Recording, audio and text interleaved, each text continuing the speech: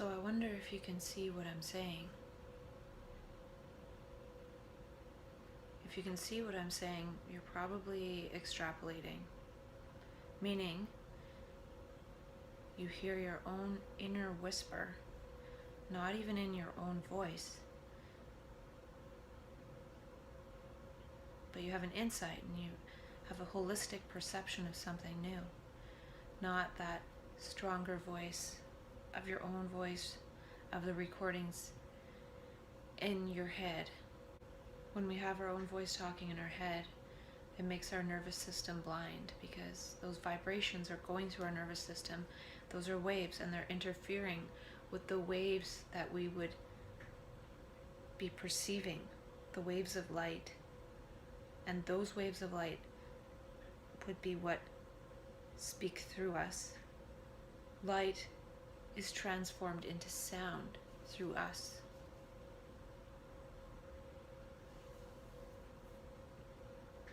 But most of us live in blindness because we have our voice used against us and we're in our own head. And I was thinking about special messages and how they're actually extrapolations. They're reading between the lines. And then we feel like we're getting special messages because we actually can see for the first time. Again, since being a child. So special messages are actually just being able to see. And then it's reading between the lines, so we see the meanings of some of the things that we see. And it's seeing patterns, which is seeing more than just a limited amount of information. And this whole process feels special when it's just the learning process turning back on. And we can't learn if we can't see. So the brain needs to adapt to seeing in this new way. And I feel like the wisdom is part of the pruning process. So extrapolation turned on, learning turned on, vision turned on. It's like this explosion and it's too much information. And then wisdom can help to prune it. So wisdom might even be speaking to somebody else who has gone through this voice reversal, vision reversal, hyper learning neuroplastic process. We have to learn how to see again. And so then wisdom and intuition are awakened. So it's seeing with our intuition and our wisdom. And a lot of times people feel like everything's too loud. It's because we become highly sensitive. It's almost like the more salt we eat, the more salt we'll need to actually taste the salt. Well, the dopamine desire pleasure complex in the brain is the same thing. We need more pleasure, more pleasure, more pleasure, and so it edits out everything else. We're not sensitive to the rest of the field of information besides what it is that will give us pleasure or what it is that will help us to avoid pain. And that's okay for people who want to remain human machines.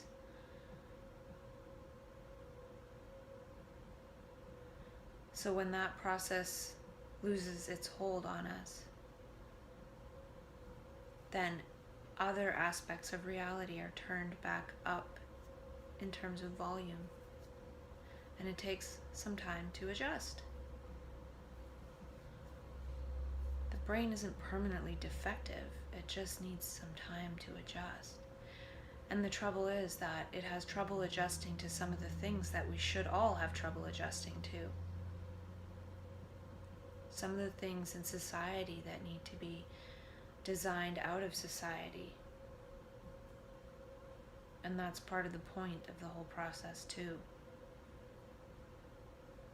It's not just to create one's own new little comfortable plan, but to help change the world based on what we see from our different perspective.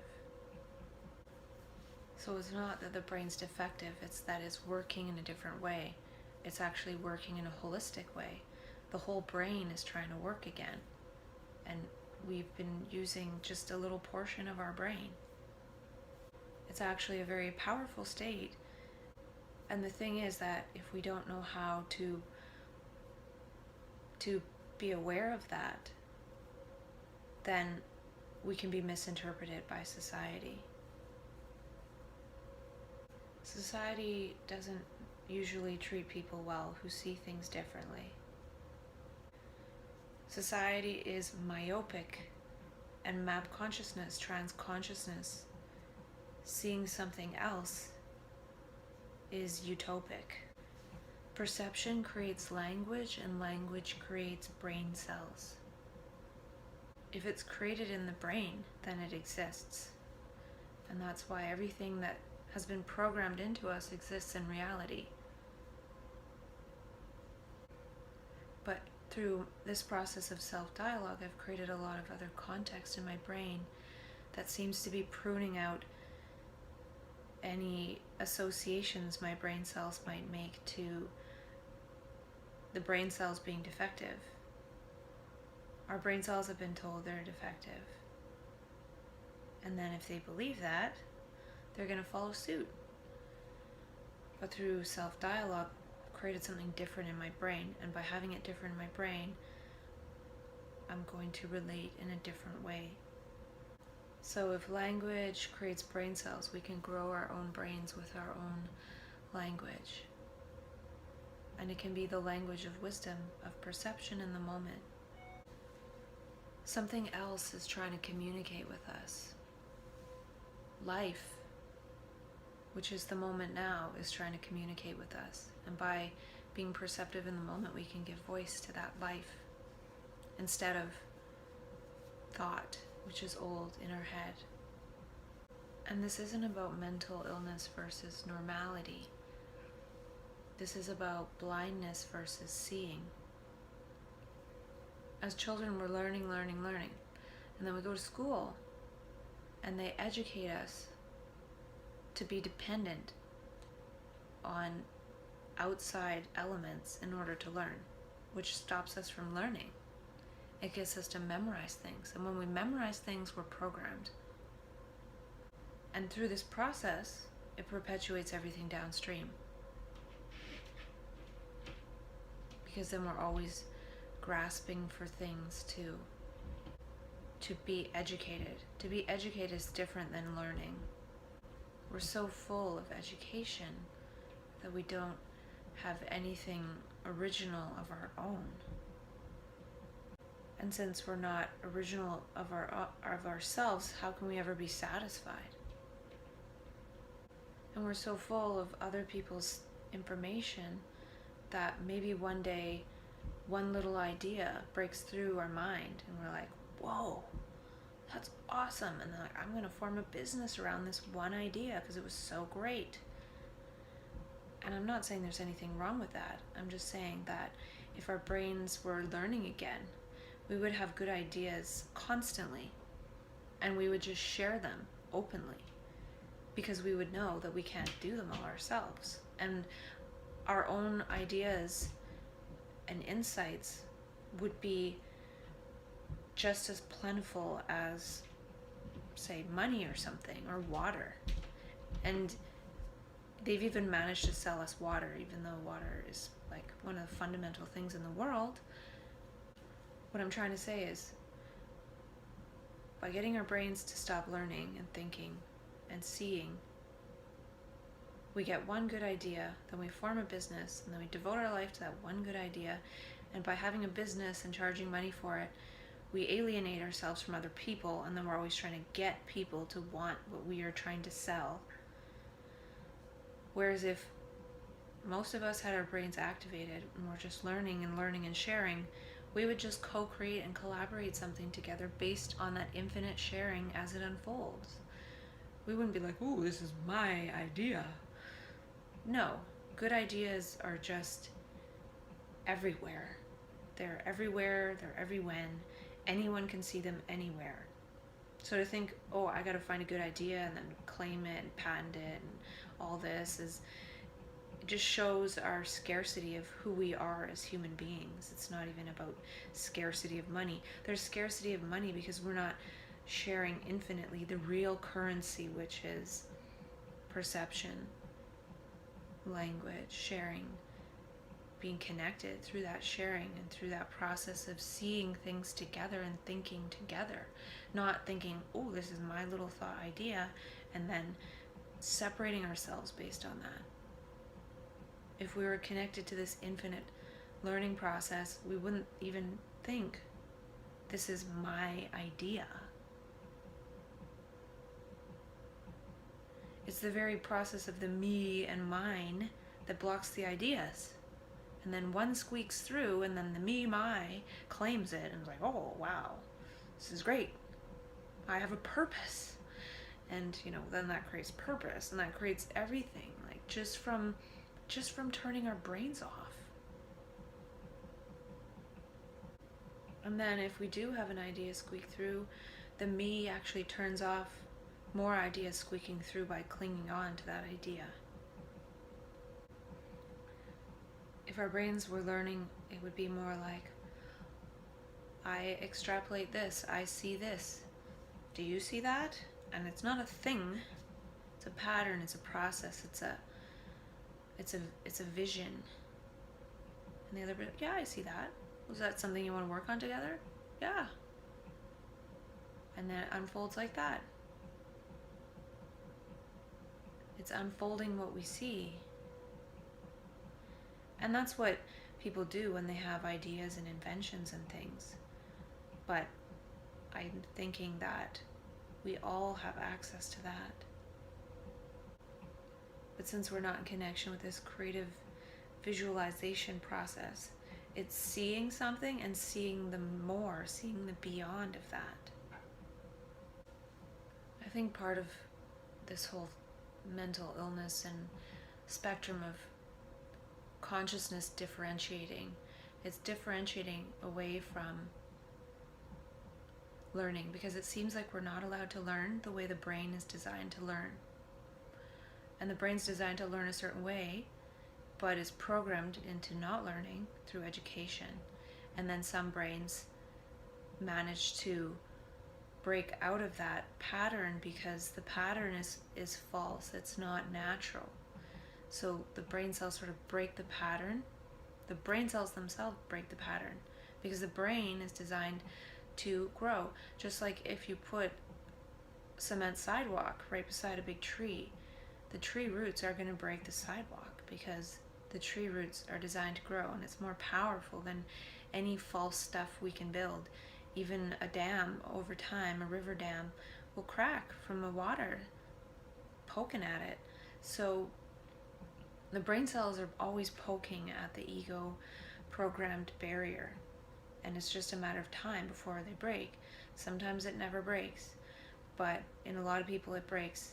And not only that, now kids are being born with so-called autism, which is just the brain saying, I'm going to learn my own way.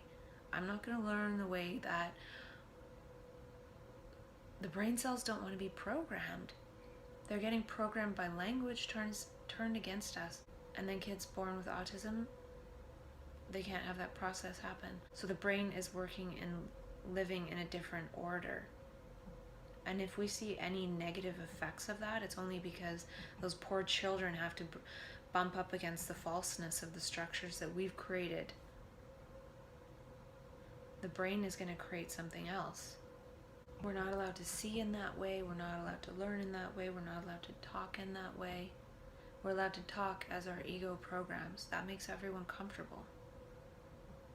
So that could be part of this whole transconscious process, is being able to maintain the ego consciousness to make other people comfortable, and being able to also be connected to the transconsciousness where the brain is learning through this perception, because the brain wants to learn in this way.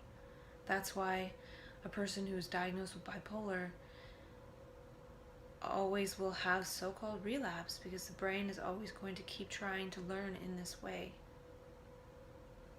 It's not because the brain is becoming more defective. I've had 5 episodes and my brain is not more defective. As I learn and understand, it's actually becoming more integrated. If I was to adopt a story of defectiveness, I would never wonder about my brain. I would just think, well, you're defective. I'll just watch TV. Being aware, being a witness, watching the world and the universe is way more interesting than watching TV. Again, I watch reality in MC squared. The light of my eyes meets the light of the sun, meets matter. And just like we need our vision and the sun shining and droplets of water to see a rainbow, you need all 3 of those things. You need light of the sun, light of a person, and matter, which is like droplets of water, of energy. It's like matter is droplets of energy, and then that creates the rainbow. But also what it is that we are seeing, which part of the matter that we're seeing is what equals the energy that we're outputting. So what energy are we unfolding by what we're seeing? It's all in E equals mc squared. And as Einstein said in an interview, the M is actually supposed to be love. So the highest would be love, but we can see anger, and then that's the energy that's output. We can see all the different levels of consciousness. So which level of consciousness are we at? Are we unfolding? Are we imprinting energetically in the quantum hologram? Map consciousness is just seeing the power of our own brain. It's seeing behind the veil of thoughts, seeing behind all of our brain wiring, our desiring wiring. And then we go into something else that is way more rich than programmed desires. And we walk through that world. We're walking through our own brain. And we see how powerful our brain is, and the trouble is that if we turn that into desire, we actually lose that power in our brain, because the me is not part of that power, yet the me wants to be powerful.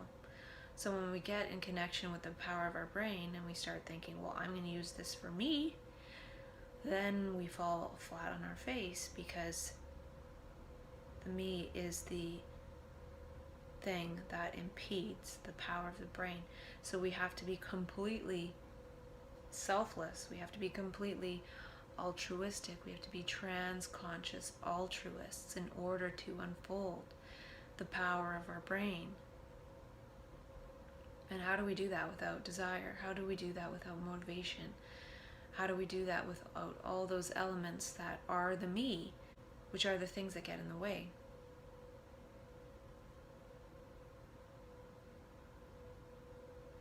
I feel part of the possibility as being a trans-conscious altruist is that one still has access to the ego and one has access to trans-consciousness. Perhaps one is to communicate in a way that other people see the same thing. Also harvesting, practicing, and embodying how one was in mania as an ego. And in that way sort of marrying the two, marrying that consciousness and the ego.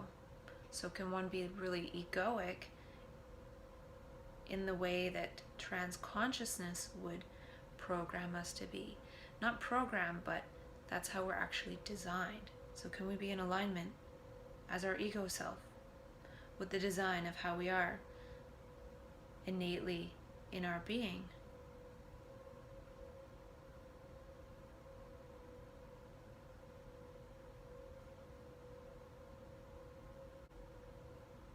And one could think, well, why not just get rid of the ego completely? Well, that, again, might lead one to walk on into infinity, no longer recognized by oneself or others, because part of what keeps a trans-conscious individual embodied as their ego self, is interacting with people who know the person. And they project that onto you.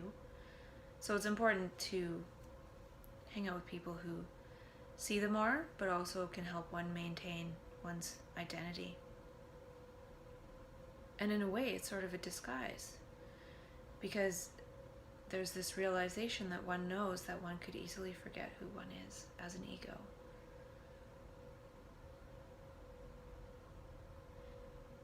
Yet, if that happened somehow,